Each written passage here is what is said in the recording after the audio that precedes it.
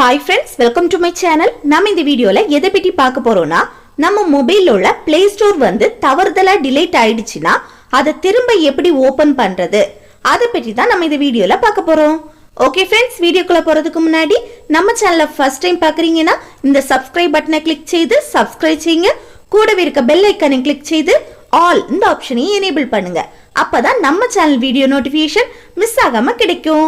Okay, இந்த வீடியோக்குள்ள போகலாம். நம்ம மொபைல்ல உள்ள Play Store வந்து delete பண்ண முடியாது. Sometimes தவறுதலா disable ஆகலாம். For example, இப்போ என்னுடைய Play Store வந்து disable பண்ணி காமிக்கிறேன் பாருங்க. இப்போ பாருங்க, என்னுடைய Play Store வந்து delete ஆயிடுச்சு. இனி இந்த Play Store திரும்ப எப்படி ஓபன் பண்றதுன்னா உங்க மொபைல்ல உள்ள செட்டிங்ஸை கிளிக் பண்ணிக்கோங்க. கிளிக் பண்ணிட்டு இதுல apps இந்த ஆப்ஷனை கிளிக் பண்ணுங்க.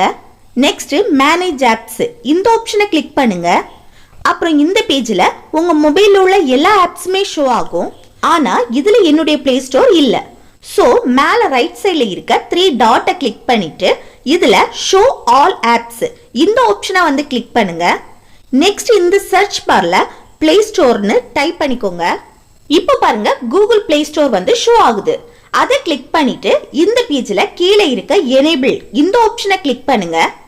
இப்போ செக் பண்ணி பாருங்க, உங்க Play Store வந்து பழையது போல ஓபன் ஆகும். அவ்வளவுதான் ஃப்ரெண்ட்ஸ், இந்த வீடியோ உங்களுக்கு யூஸ்ஃபுல்லா இருக்கும்னு நினைக்கிறேன். யூஸ்ஃபுல்லா இருந்துச்சுன்னா லைக் பண்ணுங்க, ஷேர் பண்ணுங்க, கமெண்ட் பண்ணுங்க. ஓகே, நெக்ஸ்ட் வீடியோல பார்க்கலாம். தேங்க்ஸ் ஃபார் வாட்சிங்.